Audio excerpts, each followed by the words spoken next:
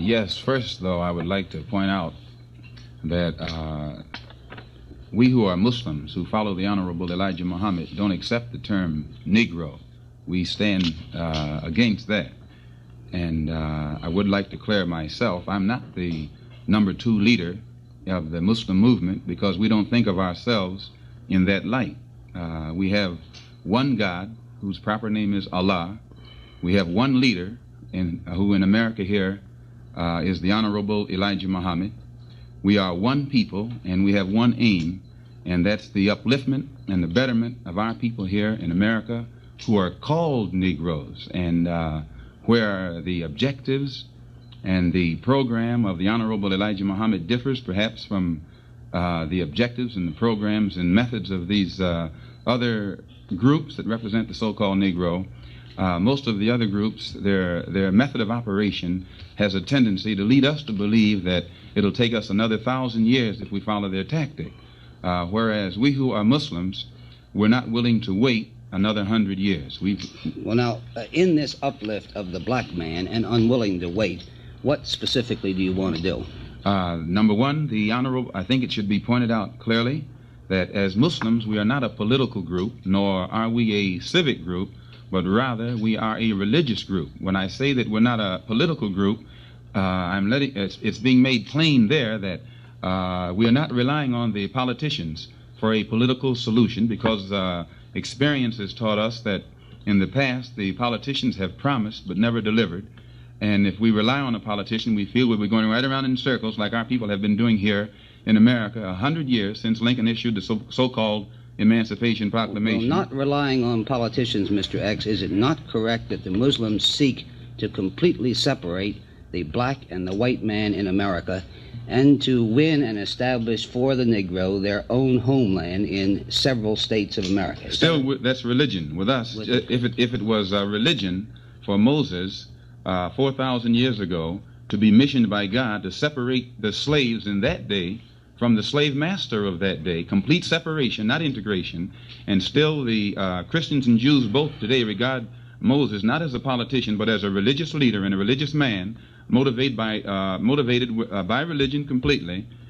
We feel that what the Honorable Elijah Muhammad is doing here in America today in demanding a complete separation of this slave from his slave master, and as Moses asked for a land of his own flowing with milk and honey, the Honorable Elijah Muhammad is likewise asking for a land for us flowing with the sweet milk and honey of freedom, justice, and equality. Well, accepting as Mr. Schuyle. Just wait a minute now. At the risk of going into politics, I would like to know how any group in the United States is going to separate part of the United States for them to live in without having something to do with politics. Do you plan to do this through warfare? Sir, I don't think that it's necessary to bring about any warfare. If the slave, ex-slave in America, has to go to war with his former slave master to get what is his by right, then that in itself is a condemnation of the former slave master.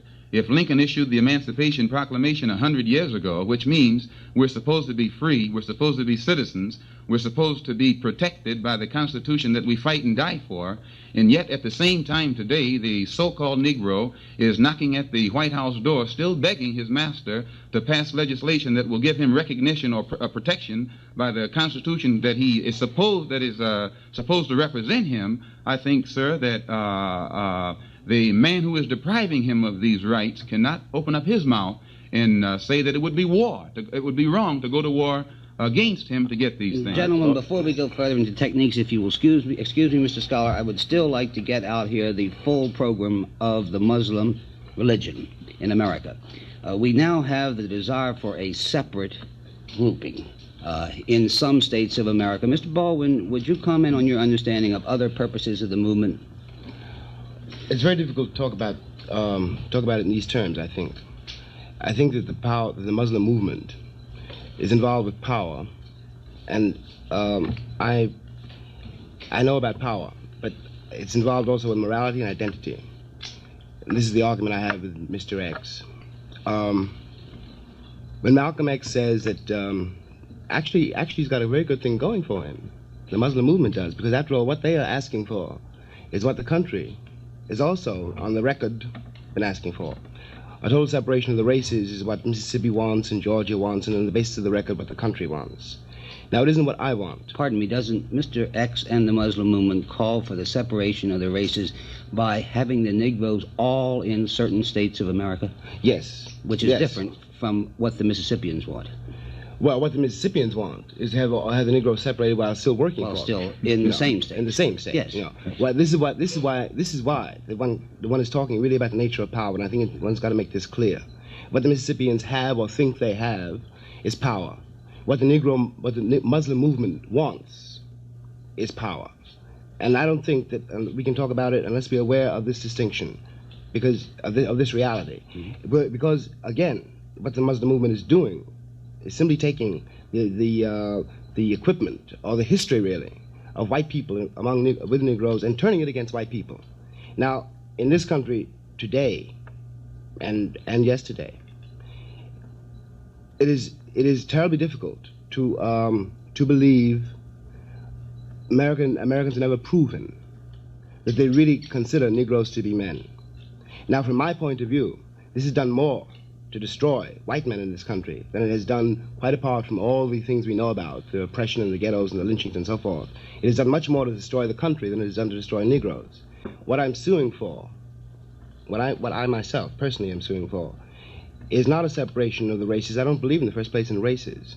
And especially in this country, again, one is not in the situation of the Congolese fighting the Belgians. One is in the situation, whether white men or black men want to admit it, of fighting one's brothers and one's ancestors. And this is a reality which, no matter how hidden, will sooner or later come to light. When one takes the road to power, it seems to me that the white world proves this. One ends up where the white world is. What has happened in the country since World War II has not been because white people have suddenly changed their minds or become more generous or any of those things. What has happened is the power is beginning to shift. My concern is what will happen. What will happen when I, a Negro, no longer have you as my oppressor, but am responsible, altogether responsible, for what is happening to me and what kind of world I want.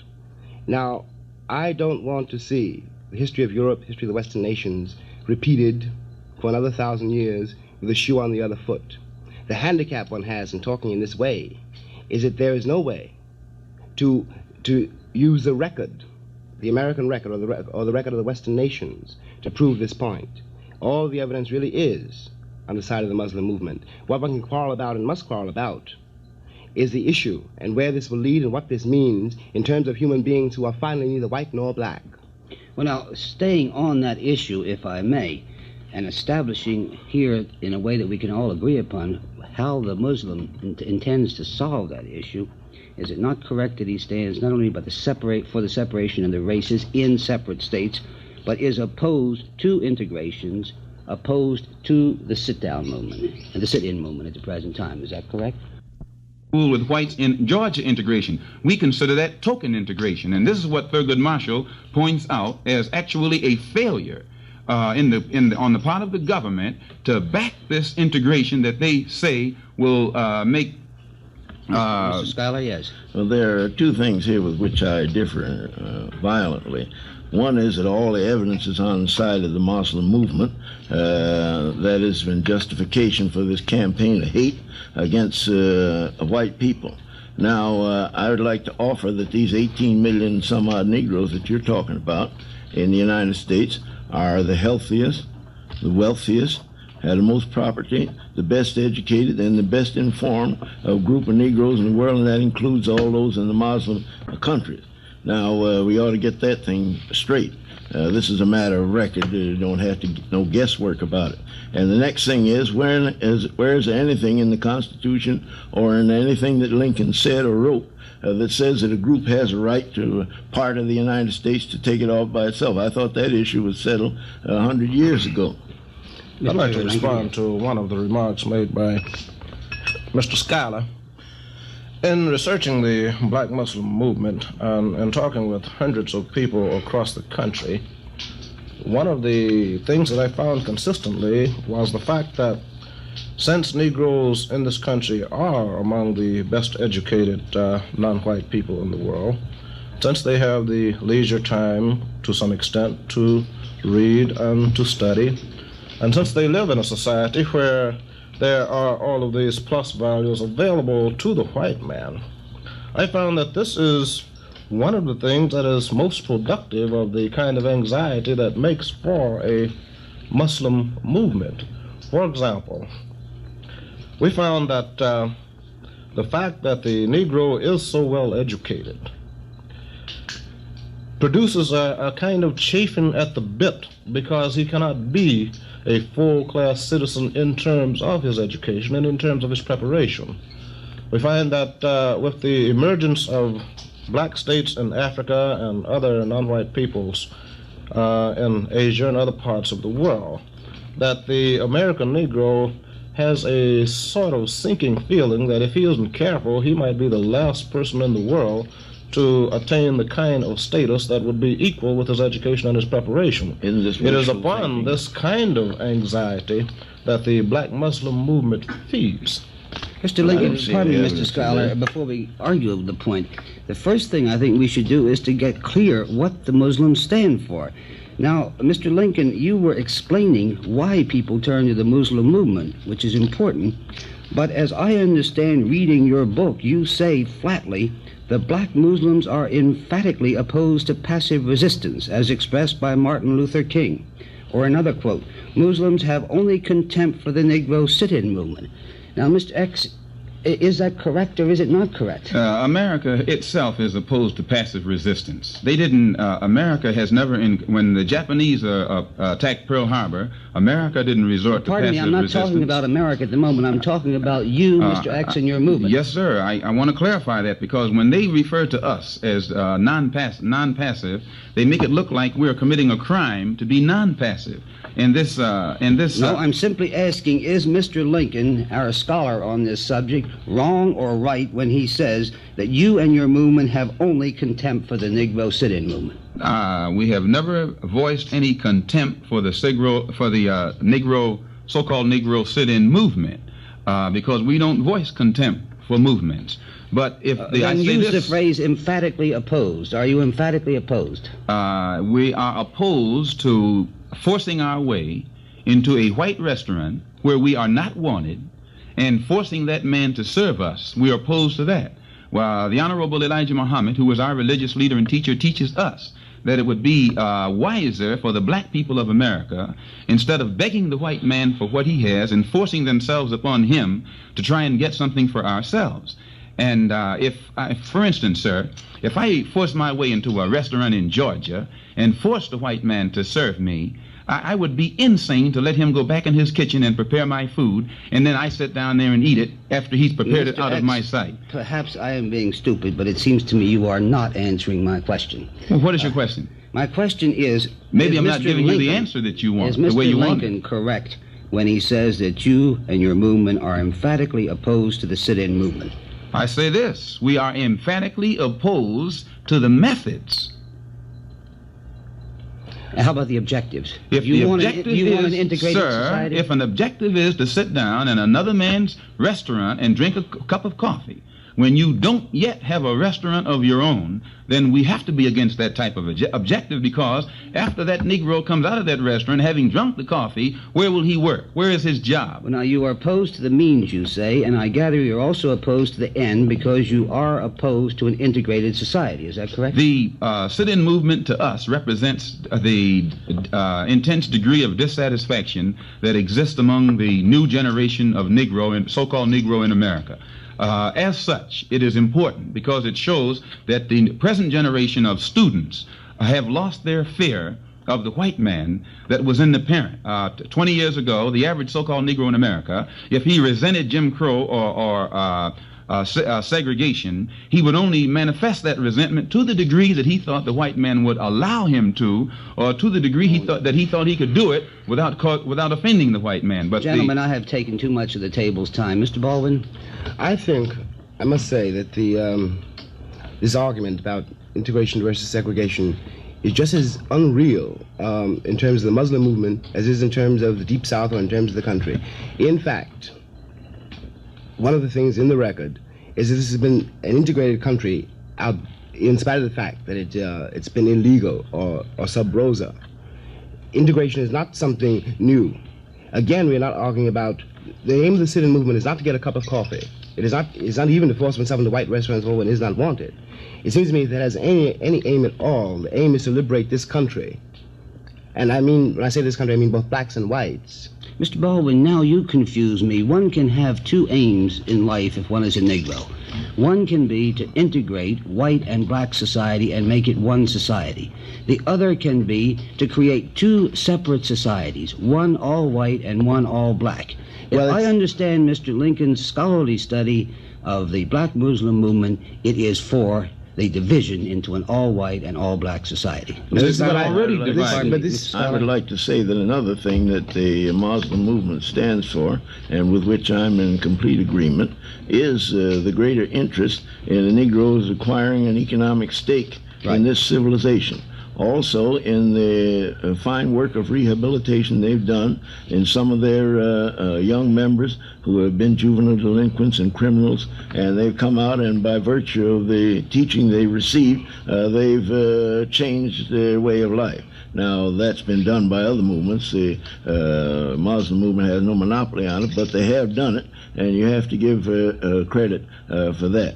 And, so there is this economic problem. Yes, and there's also the problem of Pardon me, Mr. Scholar, but to clarify the economic program, would you add whether you believe that the black Muslim movement wants the economic uplift of the Negro or wants two separate economies? Well, I don't know. They may want two separate economies, but they are interested in economic uplift of the Negro, and I think that they deserve great credit for that. Mr. Lincoln, would you answer that question, please, so we can get it clear? My experience has been in talking with the Muslim leaders about the country that perhaps the separate economy for which the Muslims seem to be working is a means to an end. Whether the ultimate end is a reintegrated society, I doubt rather much. But nevertheless, the Muslims seem to feel that in our social structure as it now stands, that it is highly unlikely, if not altogether impossible, for them to have any real economic gains. Therefore, as I interpret the movement, they prefer to withdraw from a society in which they cannot move upward, to establish a society of their own in which there will be black men at all levels, and then, as I understand the movement, to enter into the same kind of political negotiations with the United States as exists between various other states at the present time. As separate entities? Yes, as separate entities, yes. What about this issue of force, which we've got to get out here? One of the most discussed things about the black Muslim movement is the frequent charge that it is going to resort to force because it believes in black supremacy. And Mr. X, you are always quoted as having said, there is no white man a Muslim can trust. Mr. Muhammad is always quoted as having said, we must take things into our own hands. We must return to the Mosaic law of an eye for an eye and a tooth for a tooth. What does it matter if 10 million of us die? There will be 7 million of us left, and they will enjoy justice and freedom, etc., etc. It sounds like the language of force, is it? Before you ask me to clarify that, I wish you would allow me to comment on Mr. Lincoln's last statement concerning the separate economy. Go right ahead. Although, as you say, he studied it, by me being a Muslim myself, I think I can make it more clear than the scholar. Some of us scholars doubt that proposition, Mr. X. Yes, well, I don't doubt that myself.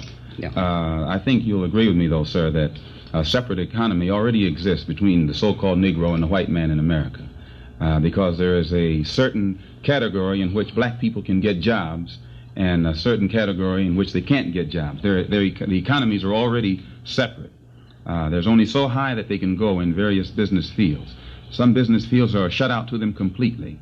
Even when a black man goes into business and he is in the selling business, usually if he has a successful business, he's only every sale he makes is a resale, because in order to have a commodity or goods to sell, he has to buy it from a white man or another white man, and which means that no matter how large his store is, still all of the goods that are being sold are being sold actually for the white man, because the black man who's in business is not a producer. He doesn't produce that which he sells.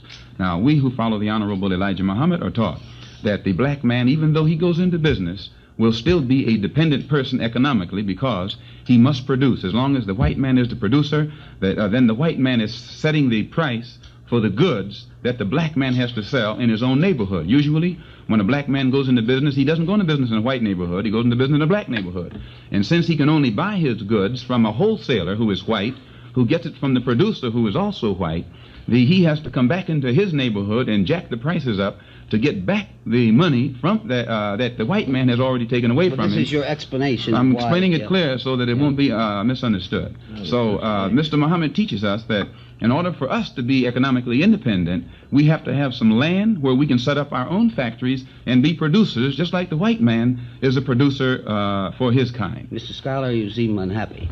Well, of course I'm unhappy because I want to get back to the field of reality.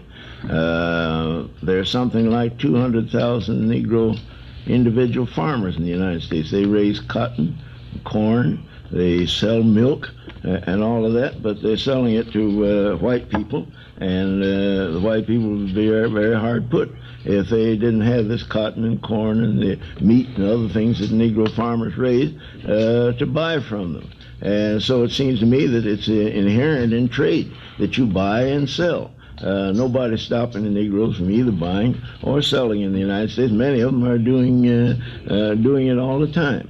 And I think it's a perversion of the fact to say that Negro has no part in the economy. That's ridiculous.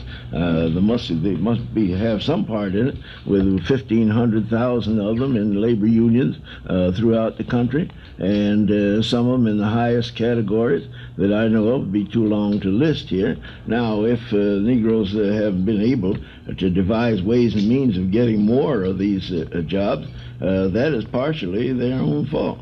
But, sir, even though they're in these labor unions, they're yet the last ones hired and the first ones fired. Not necessarily. And the greater percentage of the unemployed right now here in America, according to Secretary Goldberg's statement, are the so-called Negroes, despite the fact that they belong to these unions and whatnot. That isn't entirely due to the fact that they're Negroes. Mr. Baldwin? I think there's something extremely misleading in trying to talk about the economy this way. In fact, as far as I can tell, the black economy and the white economy are interdependent. And it's quite true that Negroes are the first to be fired and the last to be hired.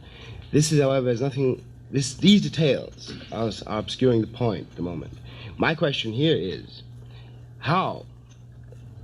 I think it is. I think we take it for granted that the United States is not about to give away 6 or 10 states. Therefore, in one way or another, the only way this will be achieved is that they will not be able to hold on to them. Now, the question is, what happens then to this economy, which Negroes have, I think you say, $20 million or $20 billion at their disposal? This will no longer be so if the system under which is obtained no longer exists, which is the only way these states can be achieved.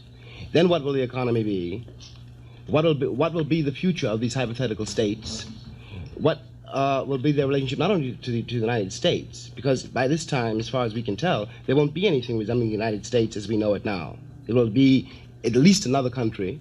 It will be a very different country, and obviously a much less powerful country. It'll be a black America and a white America, won't it? Well, it is already on this continent. Well, already pardon me, but there will be the blacks all in some states, now, and the whites all in others. Now, if I can say one more thing, it seems to me this is somehow the hub for me, the root of the irreality here. The illusion of white people in this country is that they are living in a white country. And I think that is a very dangerous illusion. You cannot have a white country with as many Negroes as we have had in it all these years, to say nothing of the effect on white people and the interaction between white and black people of this terrible history. I think that the irreality here is involved with the same irreality on the white side of the fence.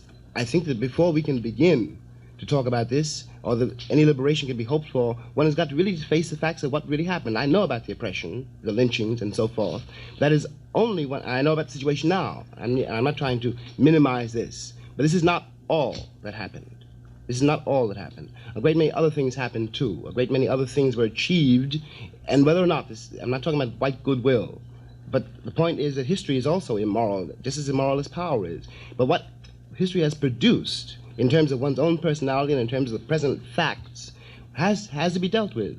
I don't see that for example, one hasn't got to accuse the Muslim movement of being a hate movement, but I do realize, from my own vantage point, I'm a boy from Harlem too, how desperately and how deeply Negroes hate white people. Now, white people don't want to know this and have spent all of my lifetime anyway protecting themselves against this knowledge. Negroes do not tell them this either. Now, Mr. Baldwin, what I'm trying to find out is whether the Muslim movement does hate me or not, and whether it proposes to use force to satisfy its hatred. It is not. I don't seem to be able to get any place in finding it out. No, it is not important to know whether the Muslim movement. I'll clear that up. It is not important to know whether the Muslim movement hates you or not. That is not. Yeah. That is not at all the question. They may or they may not. That is irrelevant. But the point is that most Negroes, most black people do not trust white people, and most Negroes hate white people. And as long as this country, as the white people in this country, use all the fantastic evasions which they do use to protect themselves against this knowledge, there's one thing every white man in this country knows. He knows he wouldn't like to be black here, no matter what else he doesn't know. No. And all the liberal movements that I've ever been associated with, and all the liberals, almost all the liberals, and the exceptions only prove the rule, all the liberals that I've ever known are working day and night, and not only in terms of not letting a Negro live next door to them, but in terms of their own minds, their own consciences, their own way of life, but to protect themselves against the crime for which they know they are responsible. Now, I cannot, this is what is important about this, I think, and the future of the country depends on it. If I, as a black man, must be responsible every day of my life for something I did not do either, if I must pay for the history written in the color of my skin, so must white people. The great pain about being a Negro here is that you can never get across to a white person the fact that you are as human as he is, and that he is losing his humanity insofar as he denies you yours. This is the great advantage of the Muslim movement. It doesn't matter whether they hate you or not. But one's got to deal with the record. Well, I marvel sometime that if, as is said by the Muslim speakers, that the white man has hated the Negro since he has been on earth, why has the white man done so much to help the Negro? For example, I noticed they abolished the slave trade in Africa and from here to Africa, and I don't know when any of the Muslim states have done that. They've set up schools and clinics and hospitals and asylums and all in colleges throughout all black Africa. I don't know that anybody can point out one Muslim college or university south of Egypt and Morocco in Africa for the education of black people. Now, these things have been done, and it doesn't seem to me that this is the action of people that hate a whole people. Of course, there are white people who hate Negroes, but I don't see any reason or justification for exaggerating the situation. May I, Mr. Baldwin, pardon me, may I come back just for purposes of clarification to try to get Mr. X's comment on the statements? First, that his movement stands for black supremacy. Secondly, that it intends to bring it about by the use of force. If by supremacy you mean rule, the fact that the white man has been ruling for so long, which is white supremacy, and most of your white historians and even your current politicians and diplomats admit that the trouble that the white world is in today is losing out all over the world. Britain used to rule an empire so large she bragged about the sun would never set on it. But today, when the sun rises, you can't hardly find Britain. Mr. X, we're talking about what you want to happen. And your leader is quoted in Mr. Lincoln's book as saying that he wants to use an eye for an eye, a tooth for a tooth, and he wants to end white rule in the U.S. He wants to overthrow it, to use the quotation. If Mr. Lincoln said that, Mr. Lincoln is 1,000% wrong. What does he mean by the quotation, then? We must take things into our own hands. What does it matter if 10 million of us die? There will be 7 million of us left. If you have if you have crimes, such as those that were committed against Emmett Till, and the government itself could go into Mississippi and find the exact culprits who committed the crime, or the type of crime that was committed against Mac Parker, and again the government agents go in there and find the culprits who were guilty of murdering Mac Parker, and then turn around and the government admit that it is not able to bring those murderers to justice, I think that it would be insane on the part of any man to deny the family of Mac Parker or the family of Emmett Till the right to come together and defend themselves, since the government admits that it can't. It is helpless to defend them. I take that to be your justification of the use of violence by Negroes. If America is justified in retaliating against Japan when Japan strikes her, or retaliating against Germany when Germany strikes her, or retaliating against any other country to defend herself from attack, I think that America has reached the point of insanity to think that the world would look upon the black people here in America as being wrong if they took a stand to defend themselves against the crime that the white man is committing against us here day and night. I don't see why you don't answer the man's question. Are you for force or are you against force? If you're for force and the use of force, then that's sedition. Why don't you level on the thing instead of curving all Is around it? Wait a moment. No. I didn't come. You can't put words in my mouth. Pardon me, No, I know that. I have time. But I want to get that point right there straight. Yeah, Since it is Islam and the Muslims who are being discussed here, and it is Islam and the Muslims who are under fire, I think that it is only right to expect me to give you my answer, not someone else's answer, because this is what primarily has been done here in America. Everyone else speaks for the Muslims, and they're not allowed to speak for themselves. Now, you don't put a yes and no answer today in the mouth of any black man, other perhaps than Mr. Schuyler. Nobody stopped you from speaking. That's the sin. You're correct. Pardon me, Mr. Lincoln, would you like to comment on this or any related point as to what the real program is? Is it a program of force or not? From what I have been able to determine, the Muslims are very careful not to talk about the use of force.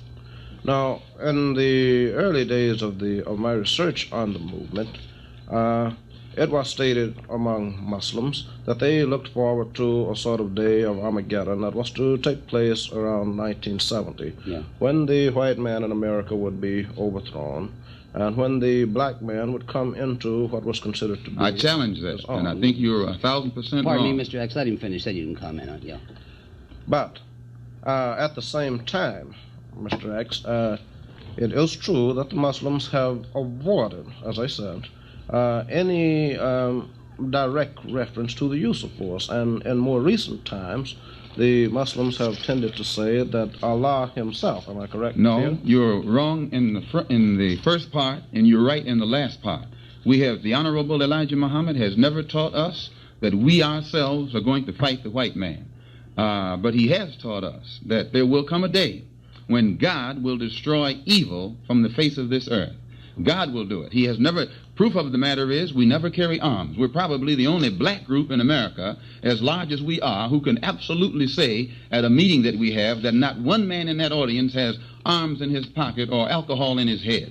And I think that it's absurd to stand around and accuse the black Muslims of advocating violence when we've never been during the entire 30 years that the Honorable Elijah Muhammad has been teaching here in America, we have never been involved in any aggressive acts against any white people. And any time the violence has occurred, and even the newspapers have to admit this, and the police, whenever we've been involved in any violence, it has always been at a time when we ourselves were attacked, because we 1,000% don't believe that a man should turn the other cheek when there's knots on his cheek already and the man is going to put some more knots on his cheek. We can't see that. Well, gentlemen, before the time runs... Yes, go ahead. May I respond to Mr. X's statement?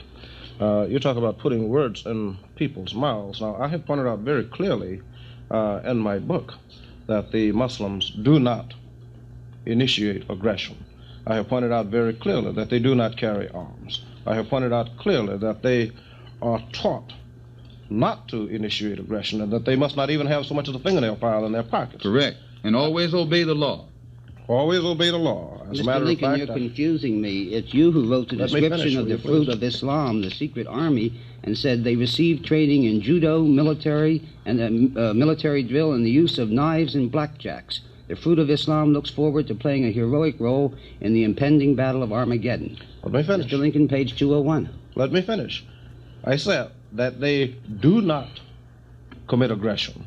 So far, what they're going to do in the future, nobody knows except the Muslims themselves. Where does the blackjacks and the knives come in with Muslims?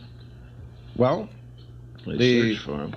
I beg your pardon, Mr. Schuyler? They search for them. Everyone who comes into the mosque that are set up here in America under the spiritual guidance of the Honorable Elijah Muhammad is checked thoroughly, because we're absolutely against any kind of aggression or weapons that one can use in aggression. Well, if they're such peace lovers, then why do you have to search them? That's the question that comes to my mind. Mr. Schuyler, the thing that I can't understand on this violence and hate business, the Rockwell, this so-called Nazi who wanted to give a speech down in the village, was stoned by the Jews, and the Jews were never accused of violence or hate. He was stoned in Boston by the Jews, and the Jews never were accused of violence and hate. The man hadn't done anything, but he wanted to make a speech. Yet any time a Muslim or a black man, he doesn't have to be a Muslim, stands up here in America and mentions that it's time for him to try and defend himself, not from someone's doctrine, but from the actual violence that is committed against him, then that black man is accused of being violent. And just because we remind the public of the crimes that were committed against our people here in America during slavery, we're accused of advocating a hate campaign. But right now you turn on your television, your radio, and all of your press, and you'll see nothing on there about Eichmann and what the Germans did to the Jews 1,000 years ago. Now, and yet the Jews aren't accused of carrying on a hate campaign. Mr. X, you talk at great length and monopolize a considerable amount of time. However, I would like to say that one of the things that was in Mr. Lincoln's book that intrigued me was the fact that this Muslim movement is run as a kind of a dictatorship itself. There haven't been any elections.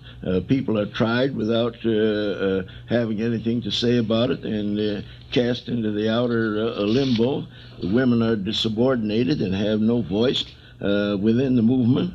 Now, that doesn't seem to me like something new in the world. It seemed to me to be pretty reactionary. You wrote in the Pittsburgh Courier, Mr. Scholar, about the Muslim movement yourself on May the 30th, 1959, at which time you said, from what I have seen and heard about the program of the black Muslims in this country in the past few years, I conclude that there is much to commend it to other sects and religious groups, many of whom seem to be distressingly unwitting in their way. I just said that. You also pointed out that not only do the Muslims believe in it, meaning this economic progress, but they are doing it. They are not only preparing and serving their food, but they are growing it. This is what you wrote. You also said, we are alone in not doing this in regard to setting up economic enterprises for ourselves, so we are always rattling the tin cup and begging for succor. Mr. Scholar, you see, that's what you get for trying to be nice. Now, I just told Mr. X here a little while ago that this was a part of the Muslim movement which I commended very highly. You don't have to go back to what I wrote a year or so ago. I said that this afternoon. I say it again.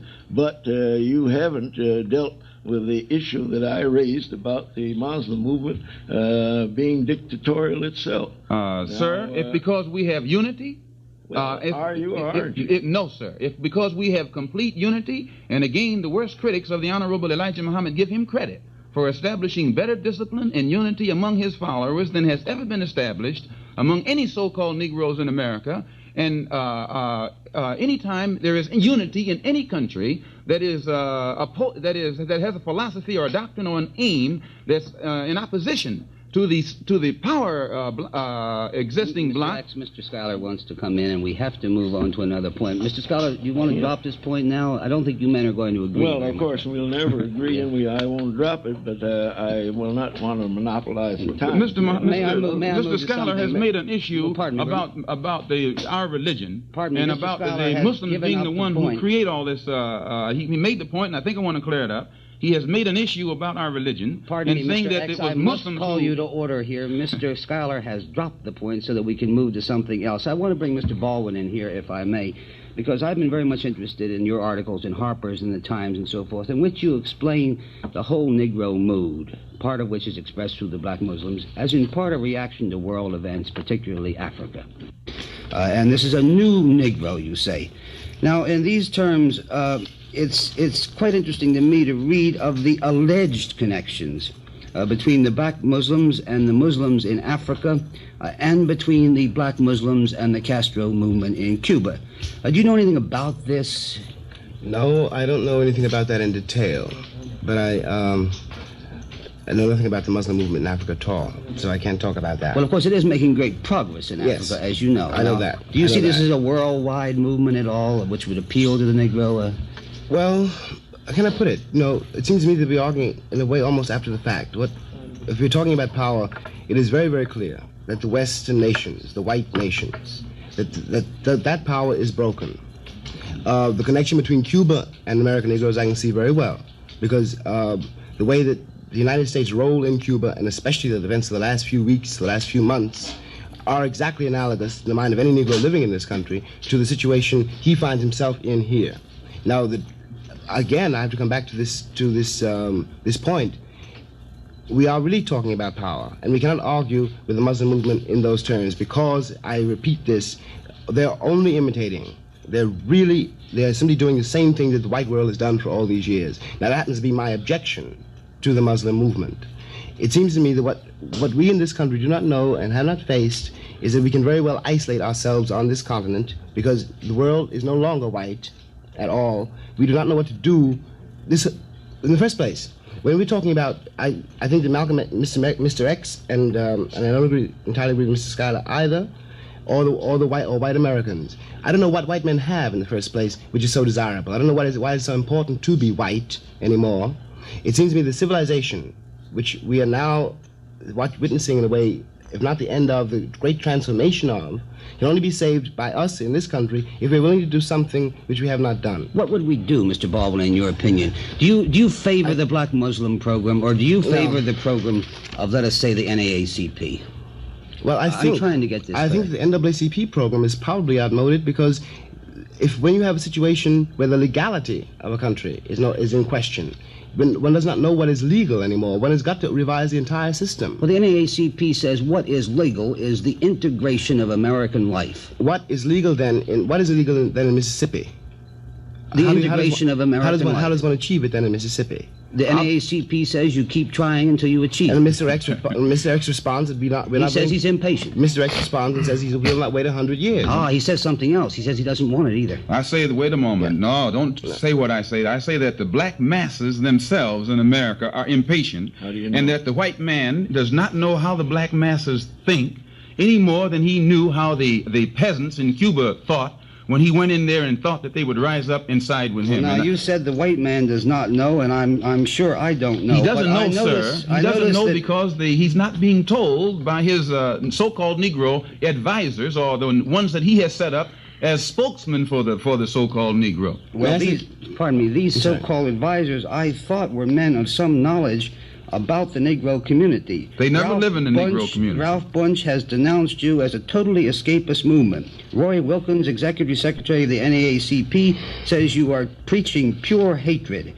Thurgood Marshall called you such violent names I won't repeat them here. May I answer to each one of those? Wait a minute, Martin Luther King says you are simply one of the hate groups arising in our midst. I think all of that. Wait a moment, sir. I think that in fairness, since these things that you read to your audience, television audience as well as right here, in order for you to be fair, I have to make my comment. Go ahead.